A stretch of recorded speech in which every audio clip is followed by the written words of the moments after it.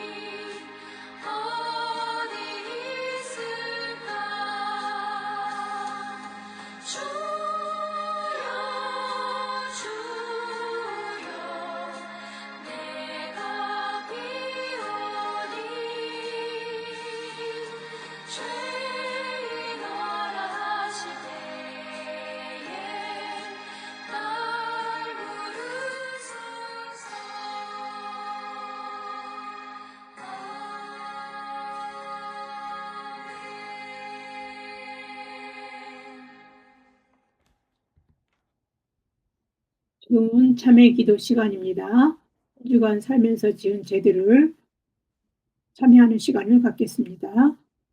기도하겠습니다.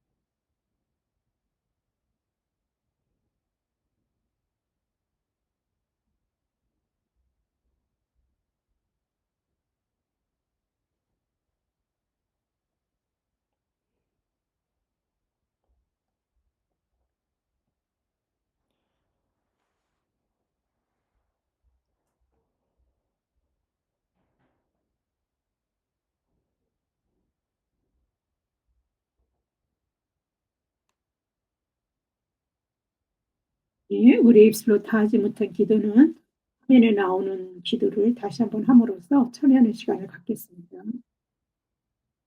우리에게 말씀을 주셔서 생명길로 인도해 주시는 참 좋으신 하나님, 주간 육신의 소욕에 따라 죄의 허망한 길을 벗어나지 못하고 살던 연약한 저희들이 죄인된 모습으로 주님 앞에 나왔습니다.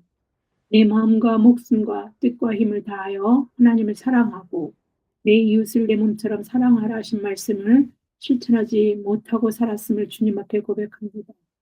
주님의 말씀대로 살기보다 우리의 방식과 뜻대로 살았던 모든 죄를 주님 앞에 가지고 나왔습니다.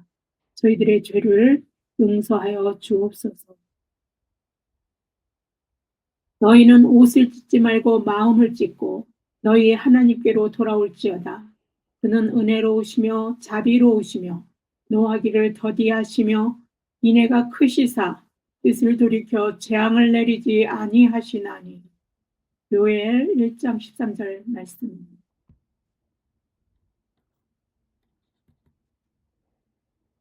성시 교독하겠습니다. 성시 교독은 교독문 126번 사순절 3입니다. 지금은 사순절 기간입니다. 교독하겠습니다. 여호와여 나의 영혼이 주를 우러러 보나이다. 나의 하나님이여 내가 주를 의지하였사오니 나를 부끄럽지 않게 하시고 나의 원수들이 나를 이겨 개가를 부르지 못하게 하소서. 주를 바라는 자들은 수치를 당하지 아니하려니와 까닭없이 속이는 자들은 수치를 당하리이다. 여호와의 주의 도를 내게 보이시고 주의 길을 내게 가르치소서. 주의 진리로 나를 지도하시고 교훈하소서. 주는 내 구원의 하나님이시니 내가 종일 주를 기다리나이다. 여호와여 주의 국률하심과 인자하심이 영원부터 있었사오니 주여 이것들을 기억하옵소서. 여호와여 내 젊은 시절의 죄와 허물을 기억하지 마시고 주의 인자하심을 따라 주께서 나를 기억하시되 주의 선하심으로 하옵소서. 여호와는 선하시고 정직하시니 그러므로 그의 도로 죄인들을 교훈하시리로다. 온유한 자를 정의로 지도하시며 온유한 자에게 그의 도를 가르치시리로다. 같이 여호와의 모든 길은 그의 언약과 증거를 지키는 자에게 인자와 진리로다.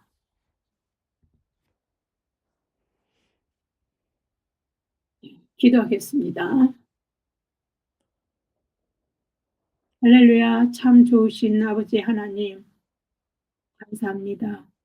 저희들 하나님 세상 가운데 두지 아니하시고 다시 은혜의 자리로 불러 모아 주셔서 하나님 은혜 안에 다시 우리의 소진되고 고갈되어져 있는 우리의 영혼을 하나님의 은혜로 채울 수 있도록 이 시간을 허락하여 주신 아버지 하나님께 감사를 드립니다. 하나님 앞에 온전히 경배를 드릴 수 있는 이 시간 되게 하여 주시옵소서. 마음과 뜻을 다하여 하나님만 경배하게 하시고 오로지 하나님으로 받는 은혜로 말미암아 우리의 모든 연약했던 부분들이 회복되고 하나님 앞에 치유받고 위로받고 온전한 능력을 이 우리 삶 속에서 삶의 현장에서 앞서는 행사될 수 있도록 하나님 이 시간을 하나님 은혜롭게 하여 주시옵소서. 성령 충만한 시간이 되게 하여 주시옵소서. 처음부터 끝까지 하나님이 함께 하시며 하나님이 흠양하여 주시며 우리가 하나님을 기뻐하는 그 놀라운 일들로 말미암아 말할 수 없는 기쁨과 은혜를 경험하는 이 시간 되게 하여 주시옵소서. 하나님께 온전히 존귀와 영광을 올려드립니다. 우리를 하나님께서 우리가 드리는 그 하나님께 경배, 하나님께 드리는 그 경배를 하나님 기뻐 받아 주시옵소서. 하나님 말씀의 샘교회를 위해서 기도합니다. 이 교회를 통해서 하나님이 뜻하신 그 목적이 있는 줄 압니다. 저희들이 말씀 속에서 자라날 뿐만 아니라 하나님 그 말씀 속에서 우리의 하나님의 놀라우신 섭리가 세상 속으로 흘러 막힘없이 흘러 넘치게 할 수 있도록 우리가 그런 쓰임이 될 수 있는 그런 곳이 될 수 있도록 말씀의 샘교에서 말씀을 듣고 또 예배를 통해서 하는 모든 일들 속에서 하나님 놀라우신 은혜를 덧입게 하여 주시기를 간절히 바라고 원합니다.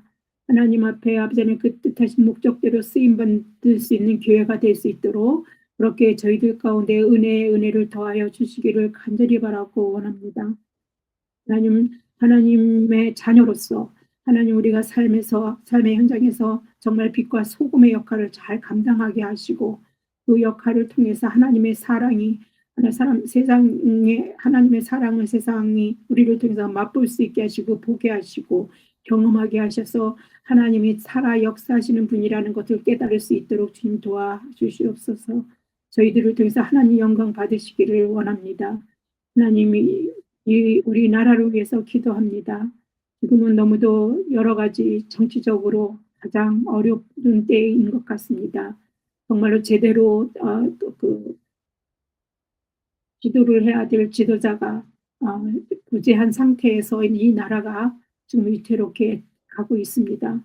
이 나라를 구워 살펴주시고 또 하나님께서 작금에 진행되어지는 모든 상황 속에서 이제 하나님이 모든 통치 가운데 하나님 임하여 주시고 하나님의 놀라우신 경륜 안에서 이 모든 일들을 기도하는 자들의 간절한 기도를 통해서 하나님 정말로 하나님 공의와 정의가 이 사회에 실현될 수 있게 하시고 많은 자들이 하나님 정말 포도나무와 무화과 나무 아래서 평안을 누리며 살아갈 수 있는 이 나라 이 땅이 될 수 있게 하여 주시기를 간절히 바라고 원합니다.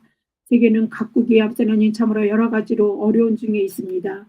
정말 보이지 않는 무역 전쟁이 일어나고 있는 거나 마찬가지처럼 관세로 앞서 하나님 지금 많은 어려움을 겪고 있는데 우리는 그 대처를 할 수 있는 앞서 하나님 그것도 되어지지 않은 상태에 있는 것 같습니다. 하나님 이런 모든 것 중에서 하나님께서 역사하시면 하나님께서 함께 하시면 그 어떤 것으로도 사람의 뜻을 막을 수가 없고 사람의 뜻으로는 이루어질 수 없고 온전히 하나님의 뜻만 이 땅 위에서 이루어지는 줄 믿사오니 그 모든 국률함으로 아무튼 이 땅을 보고 살펴주셔서 이 모든 문제들이 잘 얽혀져 있는 문제들을 잘 정리하고 해결되게 하시고 정말 하나님 이 나라 이 땅을 위해서 일할 수 있는 일꾼들을 세워주시고 또 그를 통해서 앞사람이 더 많은 자들이 일할 수 있고 또 제대로 많은 자들이 이 안에서 하나님 정말 살아가기에 좋은 나라 정말 그런 나라가 될 수 있도록 하나님 은혜 베풀어 주시기를 간절히 바라고 원합니다. 하나님께서 지금까지 에베네셀의 하나님으로 이 나라를 도와주셨습니다. 앞으로도 하나님께서 우리 눈에는 참으로 어려워 보이지만 그래도 하나님께서 함께하여 주실 줄을 믿습니다. 우리의 자손들이 우리의 자녀들이 더 평안함을 누리며 살아갈 수 있는 그런 나라가 되기를 원합니다. 더 사랑이 흘러넘치는 그런 나라에서 살기를 원합니다. 서로 어우러져서 앞서나니 참 평화를 누리며 살아가는 그런 나라가 되기를 원합니다. 하나님 그런 나라가 될 수 있도록 하나님 은혜 베풀어 주시고 그런 나라를 세워갈 수 있는 일꾼들을 하나님 세워주시기를 간절히 바라고 원합니다. 하나님 처음부터 마치는 시간까지 온전히 하나님께만 은혜가 영광을 올려드리는 시간이 되기를 원합니다.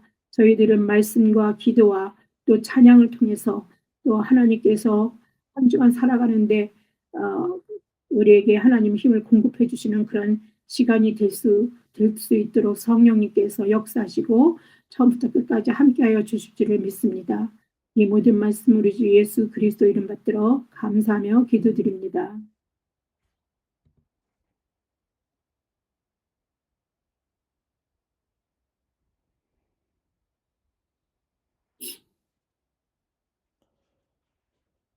찬송가 459장입니다.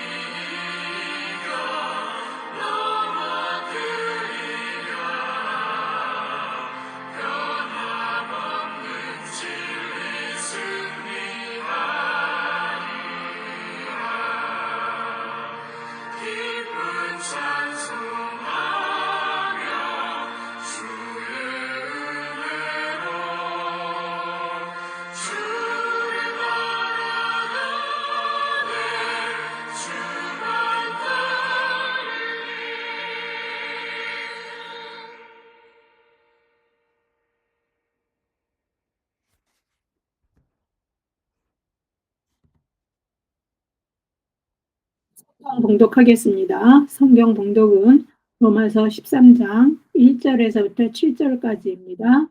김신 성도께서 봉독해 주시겠습니다. 네, 봉독하겠습니다.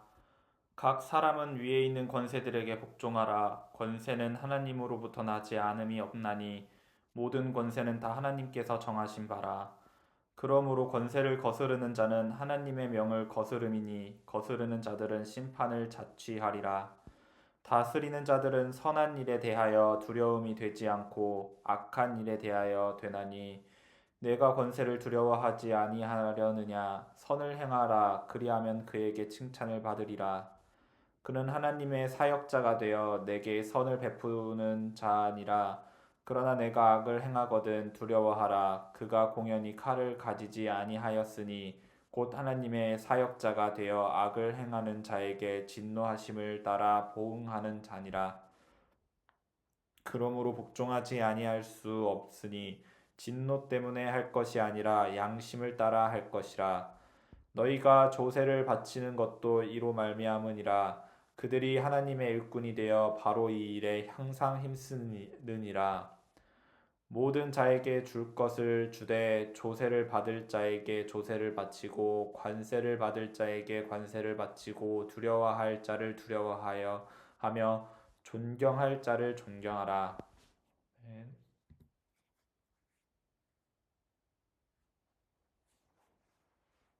오늘의 말씀의 제목은 왜 복종해야 하는가입니다. 위에 있는 권세자들에게 복종하라고 하나님께서 13장 1절에서 말씀을 합니다. 물론 사도 바울이 이렇게 로마 교인들에게 권면한 것입니다. 바로 이 13장 앞장인 12절에서는 사도 바울이 그리스도의 실천적인 그 신실한 그 사랑에 대해서 이야기를 했습니다. 또 우리 지금 현재 본문 바로 뒤인 8절에서 10절까지는 사랑에, 거기에 그 10절에서 8절까지도 사랑에 대해서 나옵니다. 그러면 이 1절에서부터 그 사이에 끼어 있는 위에 있는 권세자들에게 그 복종하라고 하신 하나님의 말씀을 시작하는 오늘 본문, 설교 본문인 13장 1절에서 7절은요.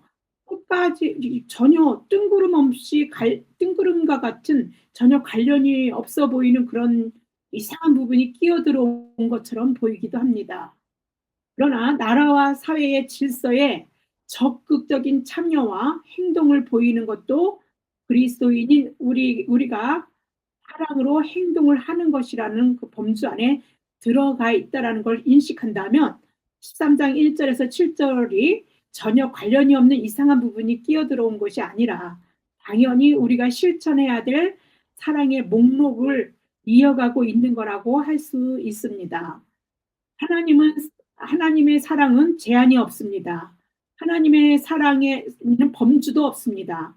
하나님의 사랑은 온 세상을 품어 안는 사랑이기에 그 사랑에 반응하면서 살아가는 그 하나님의 자녀들이 행하는 사랑에는요, 어떤 범위나 대상이나 이런 것들이 어떤 한정 그어서 내가 사랑할 사람만 사랑해야지, 나한테 잘하는 사람만 사랑해야지, 나한테 유익한 것만 사랑해야지 할 수 있는 것이 아닙니다. 하나님은 그렇게 하나님의 사랑은 그렇게 편협한 사랑이 아니고, 그래서 하나님의 자녀들도 그런 편협한 사랑을 편협한 사랑하는 것을 하나님은 원하지 않습니다. 믿음의 형제 자매들과의 사이에서뿐만 아니라 믿음이 없는 사람들에게도 우리는 사랑을 실천해야 합니다. 사랑해야 할 범주가 따로 있는 것이 아니라 정치든 사회든 전반에 걸쳐서 사랑이 실천되어야 하고 그것이 바로 하나님의 뜻이기도 합니다. 자신의 나라, 자신의 모국인 한 국가에 머물러서 편협한 사랑을 하는 것이 아니라 전쟁을 치르고 있는 나라가 있으면 안쓰러운 마음으로 하나님 앞에 그 평화를 전쟁을 끝이고 평화롭게 고통받는 사람들을 생각하고 하나님 앞에 우리는 기도하는 것이 그것이 바로 하나님이 우리를 향해서 원하시는 그런 사랑입니다. 하나님의 견지에서 사랑은 전 세계를 아우릅니다. 그런 의미에서 경계도 없고 다함도 없는 하나님의 사랑 안에 위에 있는 권세자들에게 복종하라고 하는 것은 그 우리의 실천적인 사랑의 범주를 그 말 자체가 우리 실천적인 사랑의 범주를 벗어나는 것이 아니라는 것은 당연한 것입니다. 이미 사도 바울을 통해 왜 그런 권면을 이 시기에 했을까요? 이때는 로마 제국에 의해서 많은 자들이 어려움을 겪고 있을 때입니다. 무엇보다도 하나님을 믿는 자들이 그들로부터 핍박을 받고 환난을 당하고 있던 시기였는데 그런데 권세자들에게 복종하라. 그렇게 이야기합니다. 왜 그래? 사도 바울은 왜 그랬을까요? 그것은 바로 무엇보다도 하나님의 자녀인 우리를 위해서 그렇게 하신 거라고 생각합니다. 질서 안에서 무엇보다도 우리가 평안을 누리시기를 바라시는 분이 하나님이십니다. 질서가 무너져 버리면 사회가 불안해지고 불안정한 사회에서는 누구도 편안한 게 아니라 평안을 우리는 경험할 수 없습니다. 불안해져 있는 상태이기 때문에.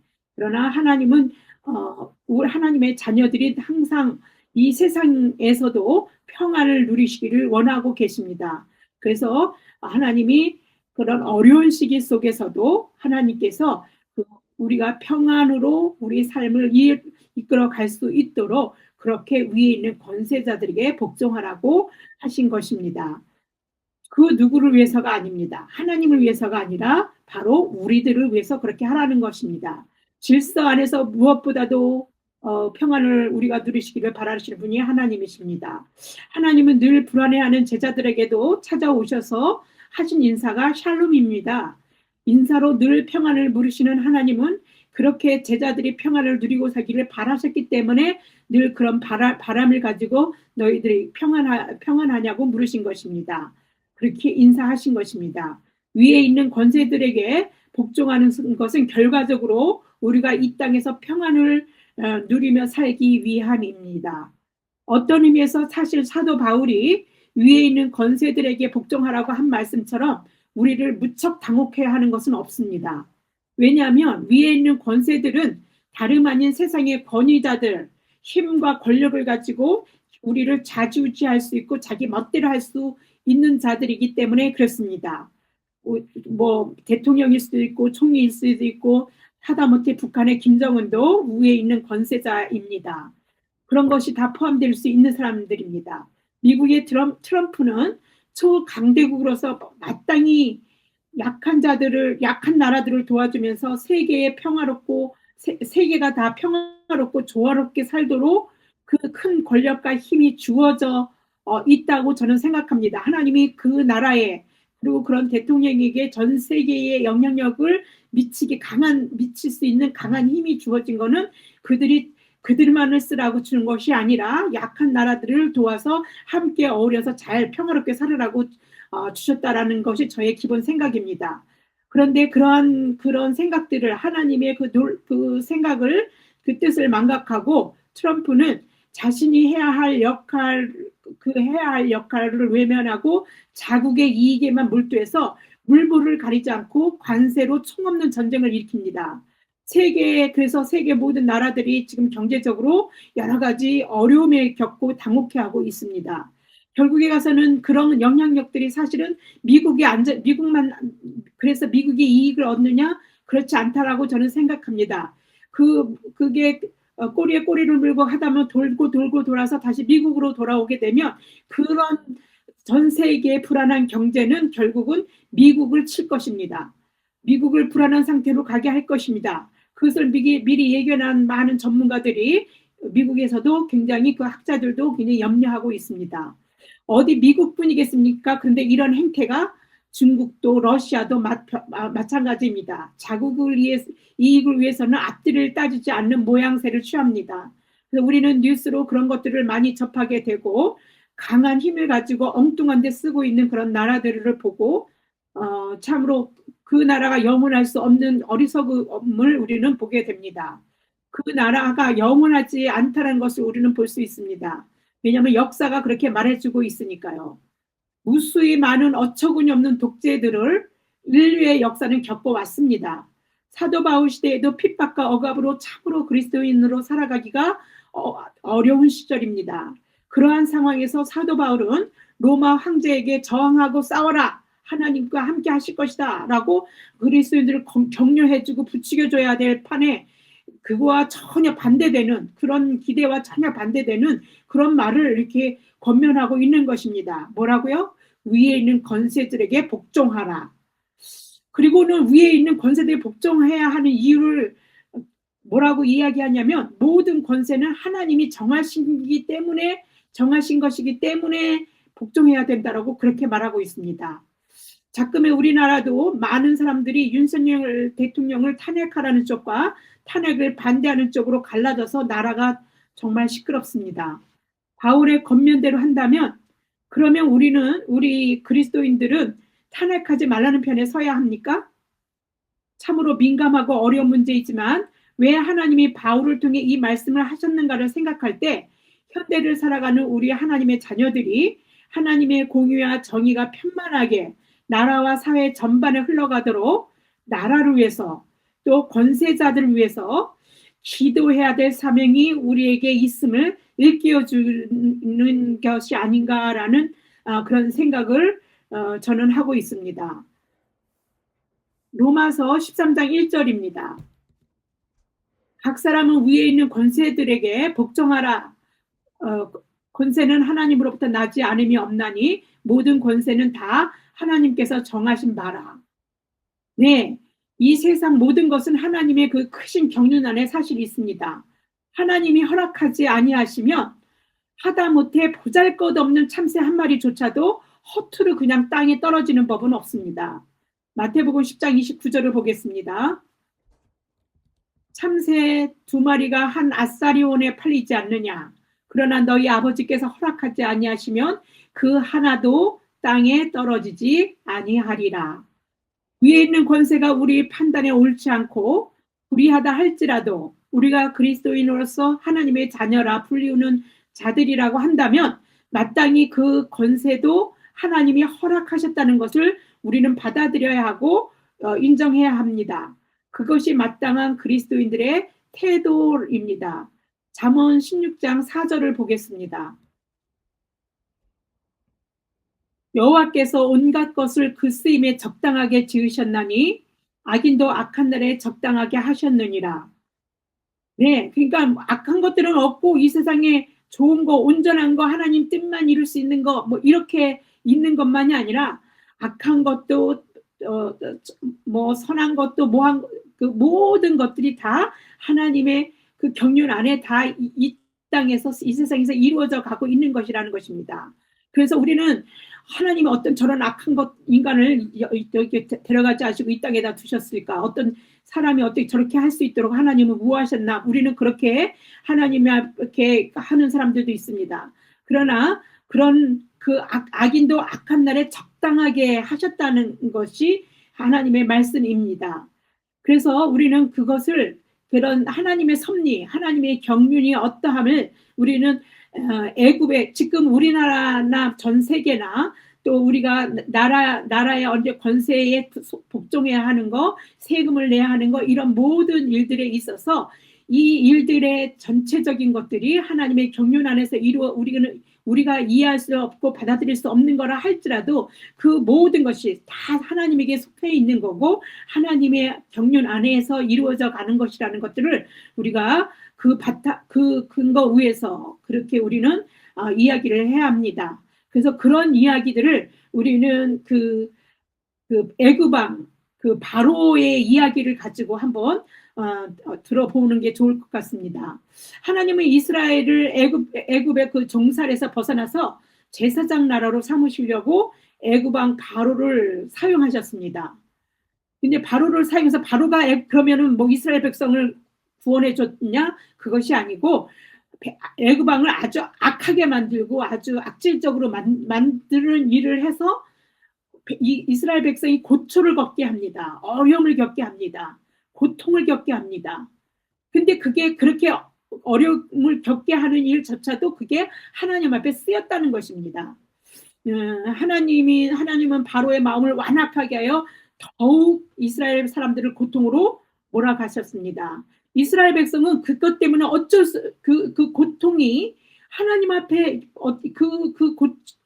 견딜 수가 없는 상황이니까 하나님 앞에 부르짖는 것입니다. 하나님 살려달라고. 하나님 이 일에서 나를 구원해 시켜주세요.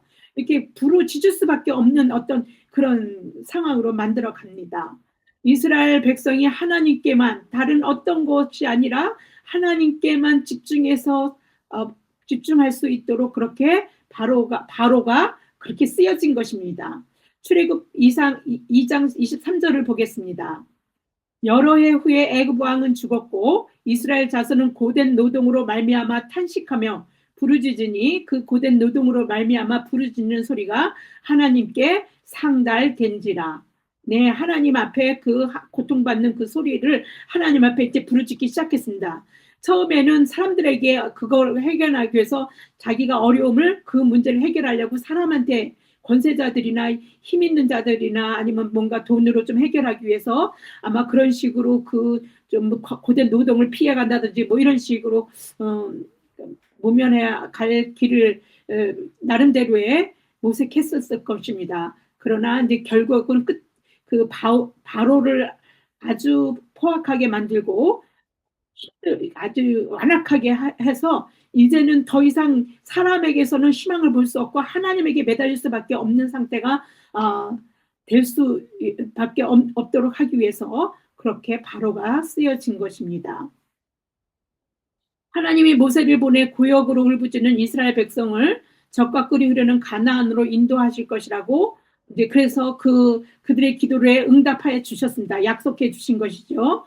그러면서도 하나님은 바로가 쉽게 이스라엘 백성을 보내지 않을 것이라고 이야기합니다. 이제 적과 꿀이 흐르는 가나안으로 너희들이 인도할게. 너네들 울부짖는 소리 내가 들었어. 이제 고통받지 않게 해줄게. 그것은 바로 해주셔야 되는데 그렇지 않고 아주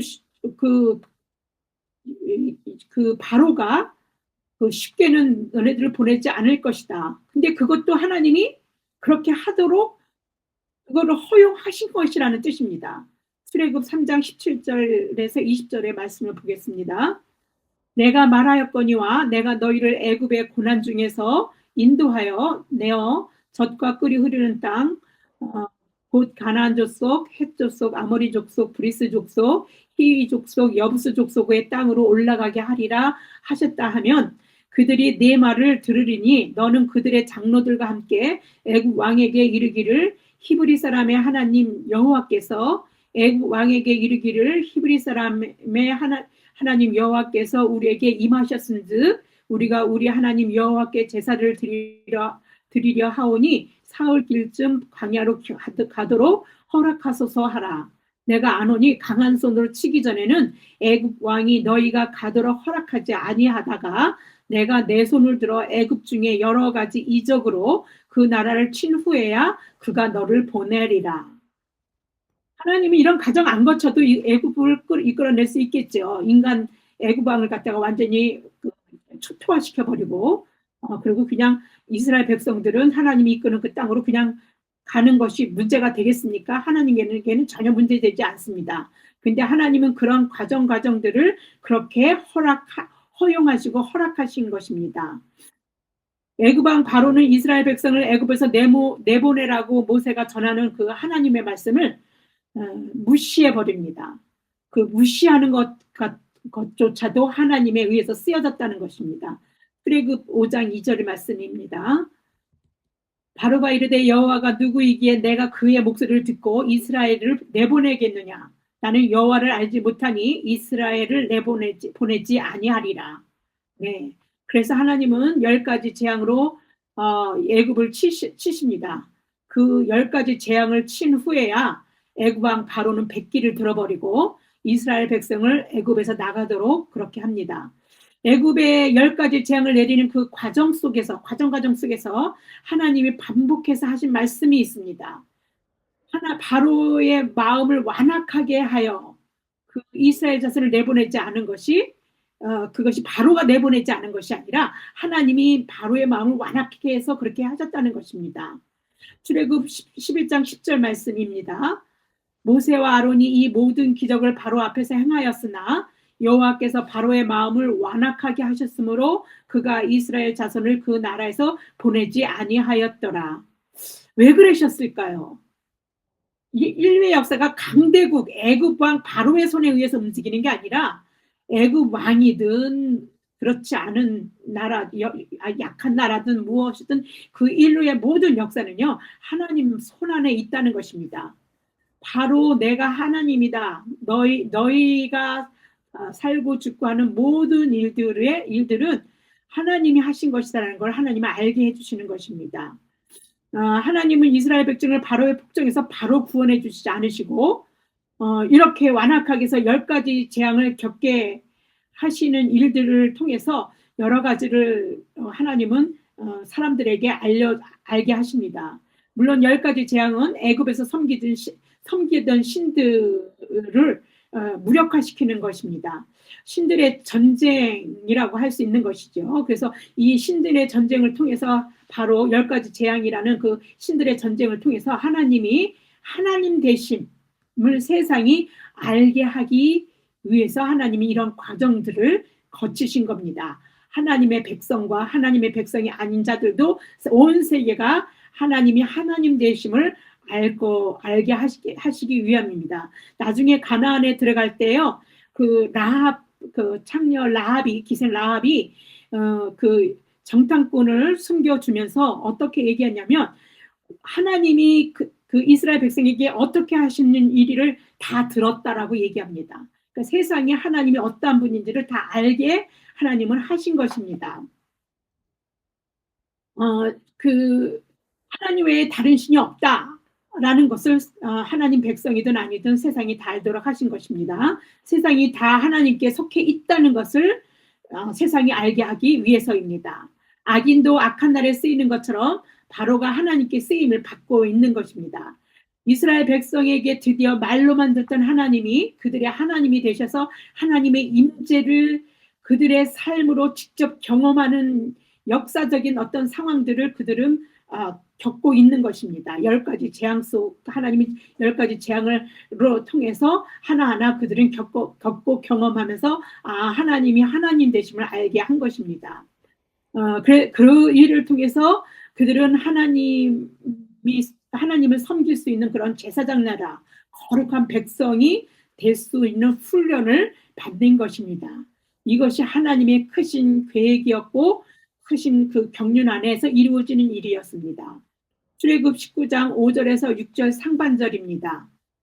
세계가 다 내게 속하였나니 너희가 내 말을 잘 듣고 내 언약을 지키면 너희는 모든 민족 중에서 내 소유가 되겠고 너희가 내게 대하여 제사장 나라가 되며 거룩한 백성이 되리라. 하나님이 당신의 백성들인 이스라엘을 위해 그리고 애굽 왕 바로에게 행하셨던 일들은 사도 바울이 말한 로마서 13장 1절에 각 사람은 위에 있는 권세들에게 복종하라. 권세는 하나님으로부터 나지 않음이 없나니 라는 말씀을 같은 맥락에서 우리가 읽어낼 수 있어야 합니다. 왜냐하면요, 애굽 왕의 그런 권세, 애굽은 그 권세가 지가 잘나서 가진 것 같지만 그런 권세조차도 하나님은 허락하셨다는 것입니다. 그래서 그런 쓰임에 하나님의 백성을 훈련하는데 그 권세가 다 쓰여진 것입니다. 그래서 우리가 권세자들은 자신이 권세를 갖는다고 가져진 게 아니라 하나님이 주신 것입니다. 사람의 권세는요, 그 누구도 자신의 힘과 의지로 가질 수 없습니다. 착각할 수 있습니다. 내가 노력하고 열심히 공부하고 사람들에게 언변이 좋고 많은 정책적인 것들을 해서 백성들로부터 호응을 받고 내가 권력을 잡게 됐고 이건 다 내가 한 거지라고 생각할지 모르겠지만 하나님이 허락하셨기 때문에 가질 수 있는 것이라는 것을 깨닫지 못할 뿐인 겁니다. 트럼프는 자신의 능력으로 힘으로 미국의 대통령이 되어서 전 세계를 관세로 그렇게 협박할 수 있는 것입니까? 아닙니다. 하나님이 세우셨기 때문에 그 자리에 있는 것입니다. 하나님이 허락하지 않으시면 누구도 그 자리에 있을 수 없습니다. 하나님이 정하셨기 때문에 가능한 것입니다. 그리고 이 세상에 그 어떠한 것도 하나님께 속하지 않은 것은 없습니다. 하나님의 크신 경륜 안에 있는 것입니다. 세계 모든 지도자들은 그들이 깨닫든지 아니든지 하나님의 섭리 통치 안에 있는 것입니다. 이와 같은 생각이 바로 성경적인 생각입니다. 다니엘은 자신의 나라 이스라엘을 패망시킨 그 바벨론 왕 느부갓네살에게 그래서 그 신하로 살았습니다. 그러면서 그에게 복종해서 그에게 이제 어려운 해몽하기 힘든 꿈을 해석해 주게 됩니다. 그런데 이 꿈을 해석해 주면서 자기 나라를 패망시킨 그 나라 임금인데도 불구하고 이런 이야기를 합니다. 다니엘서 4장 17절입니다. 이는 순찰자들의 명령대로요 거룩한 자들의 말대로이니 지극히 높으신 이가 사람의 나라를 다스리시며 자기의 뜻대로 그것을 누구에게든지 주시며 또 지극히 천한 자를 그 위에 세우시는 줄을 사람들이 알게 하려 함이라 하였느니라 라고 말씀합니다. 그러니까 느부갓네살 왕도 하나님이 세우셔서 그 자리에 있는 것이고 그런 일들을 통해서 하나님이 하나님 되심을 알게 하려는 한 것이라는 것들을 이렇게 천명해서 이야기를 합니다. 사도 바울은 권세는 하나님이 세우셨기 때문에 그래서 우리가 복종해야 한다고 말합니다. 더 나아가서 권세들이 하나님의 사역자가 돼서 손을 베푼다고까지 말합니다. 근데 그렇게 여러분들은 느낍니까? 사역자처럼 그렇게 하나님의 일을 한다고 느낍니까? 일단 로마서 13장 4절 상반절 말씀을 보겠습니다. 그는 하나님의 사역자가 되어 내게 선을 베푸는 자니라. 이걸 세번역 성경에서 그 번역해 보면요, 권세를 좀 우리가 더 잘 이해할 수 있는데, 권세를 행사하는 사람은 여러분 각 사람에게 유익을 주려고 일하는 하나님의 일꾼입니다 라고 했습니다. 그러니까 우리에게 유익을 주기 위해서 그 자리에서 그 권세를 행사하고 일하게끔 하나님이 세우셨다, 이런 뜻입니다. 자신의 권력과 명예를 위해서, 그리고 부의 축적을 위해서 과도하게 치우친 권세자들도 더러 있습니다. 더러가 아니라 많지요. 대체로는 권력을 쥐게 되면 사람이 엉뚱한 길에 그 에너지와 힘을 쏟습니다. 그렇다 할지라도 권세를 행사하는 사람은 기본적으로 사실은 국가를 크게 질서 속에서 자기 힘을 과시하고 싶어서라도 더 강대한 나라, 더 질서 속에서 잘 움직여 나갈 수 있도록 그렇게 추구하는 게 일반적인 그 상식적인 이야기입니다. 만약에 국가가 무정부 상태가 된다면, 그래서 사회가 혼란에 빠지고 무질서해진다면 가장 고통받는 것들은 누굴까요? 대다수 일반 사람들, 권력을 쥔 사람들라기보다는 대다수의 백성, 일반적인 사람, 국민들입니다. 그 중에서 그 국민 안에는 저와 여러분이 있는 것입니다. 그 저와 여러분들은 하나님의 자녀들입니다. 이 세상을 살아가는 어떠한 사람도 예외 없이 고통을 당하게 됩니다. 하나님은 당신의 자녀인 우리들이 고통받는 것들을 기본적으로는 원치 않으십니다. 그래서 일반 국가라는 테두리 안에서 우리가 잘 하나님의 은혜 안에서 평안을 누리고 살아갈 수 있기를 원하는 것이 하나님이 바라시는 바입니다. 그러기 위해서 권세자들을 세우시고 그들이 그렇게 살아가도록 그 어떤 범위 내에서 허용하고 있는 것이라고 그렇게 생각합니다. 우리 각 사람이 나라 안에서 범법하지 않는다면 그런 불안한 사회에서 비롯되는 그런 고통은 우리는 당하지 않습니다. 우리가 죄를 짓고 살지 않는 한. 이것 때문에 권세자를 우리 각 사람에게 유익을 주려고 일하는 하나님의 일꾼이라고 세번역에서 번역한 것입니다. 그래서 악한 자들은 사회에 해악을 미침으로 처벌받을 것을 두려워하겠지만, 우리가 선한 일을 한다면 그런 권세자들을 우리는 두려워할 필요가 없다라고 바울은 이야기합니다. 로마서 13장 3절입니다. 다스리는 자들은 선한 일에 대하여 두려움이 되지 않고 악한 일에 대하여 되나니 내가 권세를 두려워하지 아니하려느냐. 선을 행하라. 그리하면 그에게 칭찬을 받으리라. 위에 있는 권세들에게 복종해야 하는 또 하나의 이유를 사도 바울이 말합니다. 그들이 칼을 가지고 있기 때문에 위에 있는 권세자들에게 복종해야 한다는 것입니다. 지금 우리가 이해한다면 칼은 뭐 공권력 정도로 우리가 받아들이면 될 것 같습니다. 로마서 13장 4절을 보겠습니다. 그는 하나님의 사역자가 되어 내게 선을 베푸는 자니라. 그러나 내가 악을 행하거든 두려워하라. 그가 공연히 칼을 가지지 아니하였으니 곧 하나님의 사역자가 되어 악을 행하는 자에게 진노하심을 따라 보응하는 자니라. 여기서 이 칼이라는 것은 우리가 이제 뭐 나라가 어떤 그 형벌을 집행하는 어떤 그런 힘, 공권력 이런 것들을 얘기하지만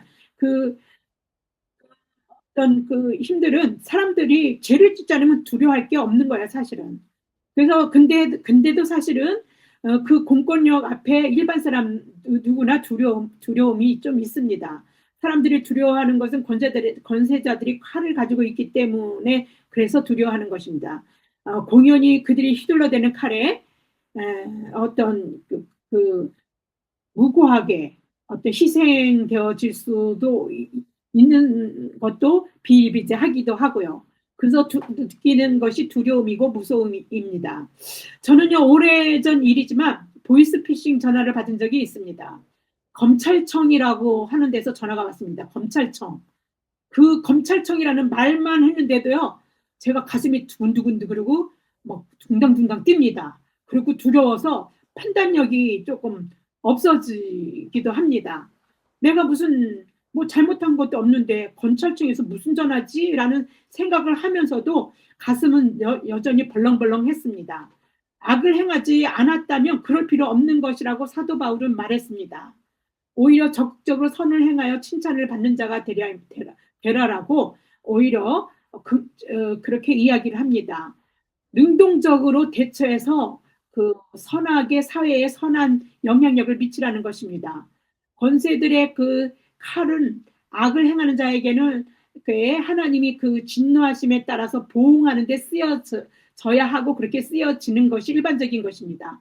물론 하나님의 뜻과 역행해서 칼을 휘둘러대는 권세들을 우리는 역사에서 보아왔고 그래서 무고한 자들이 죽어나가는 것을 우리는 보았고 현재도 전 세계에서 자행되고 있고 겪고 있습니다.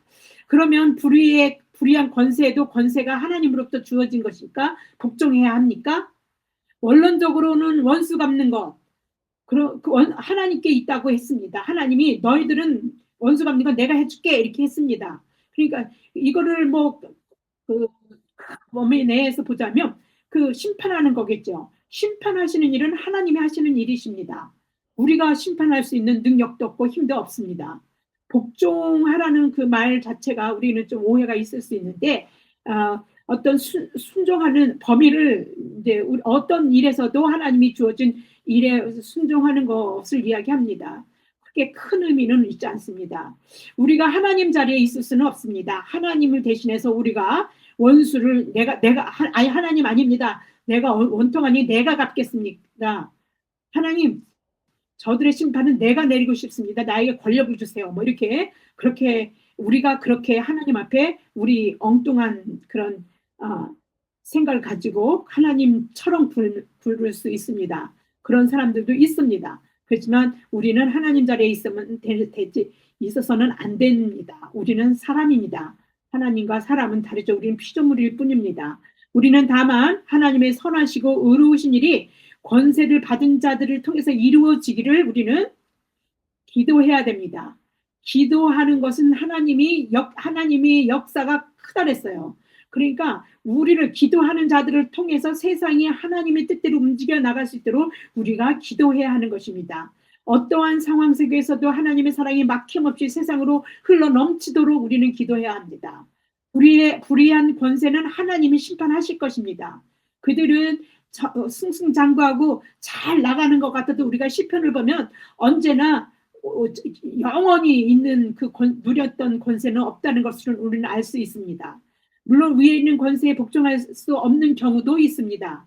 우리로 하여금 하나님을 경배하지 못하게 하고 또 복음 전파하는 일을 방해하면서 우리를 하나님의 뜻에 역행하고 있다면 뻔히 그 일을 알면서 우리는 그 권세에 복종할 수는 없습니다.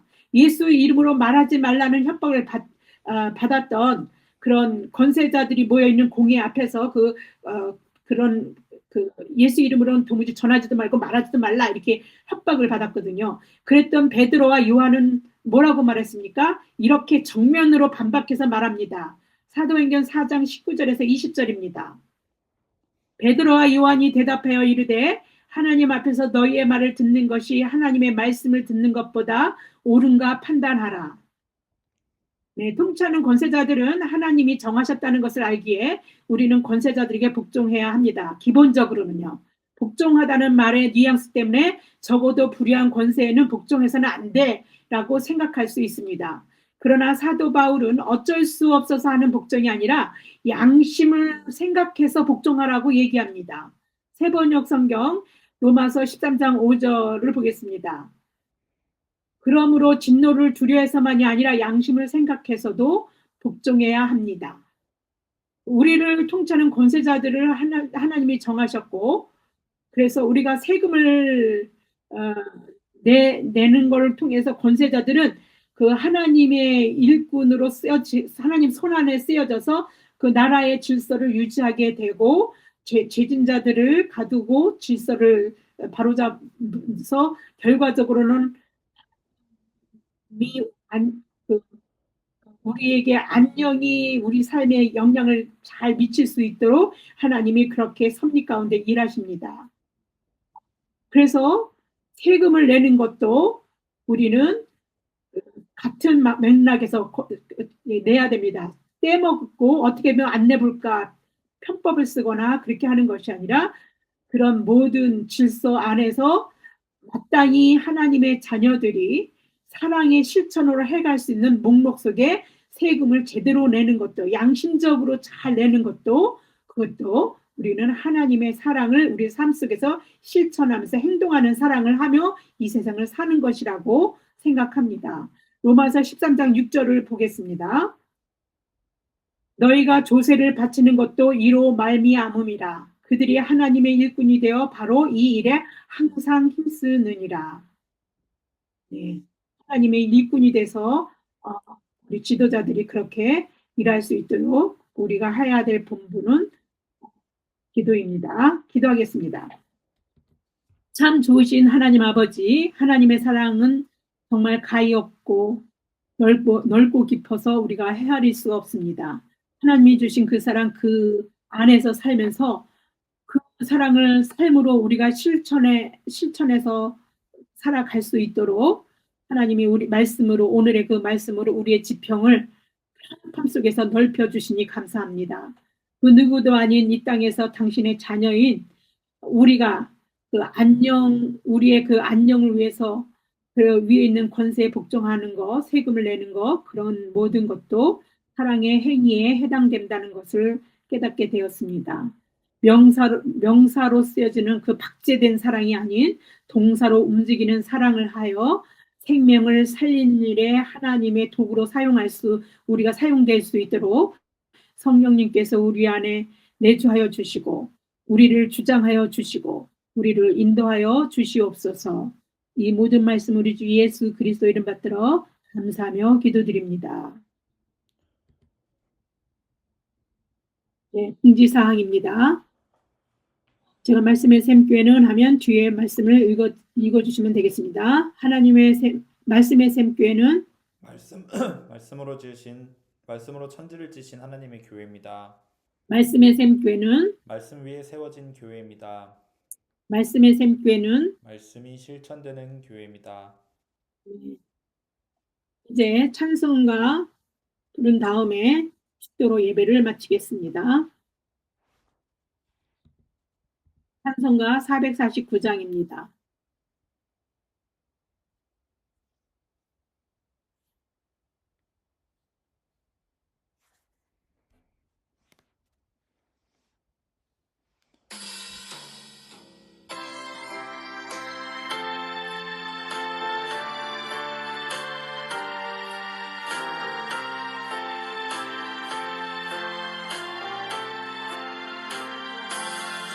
예수 따라가며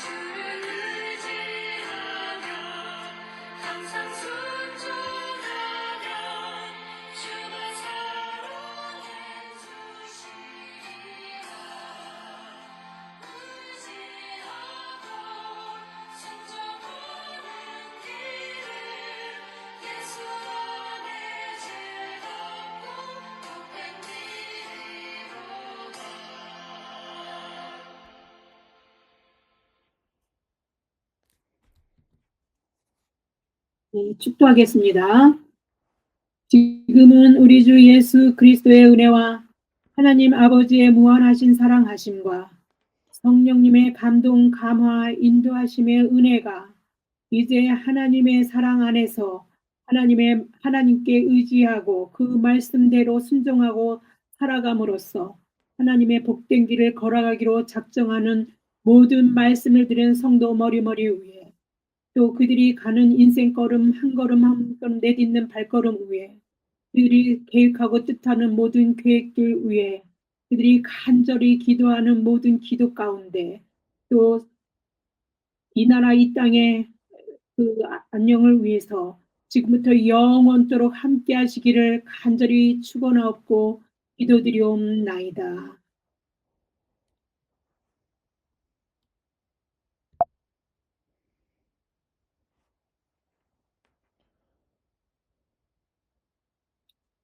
네, 여러분, 네, 예배를 마치겠습니다. 한 주간도 주를 의지해서 복된 한 주간 사시기를 원합니다.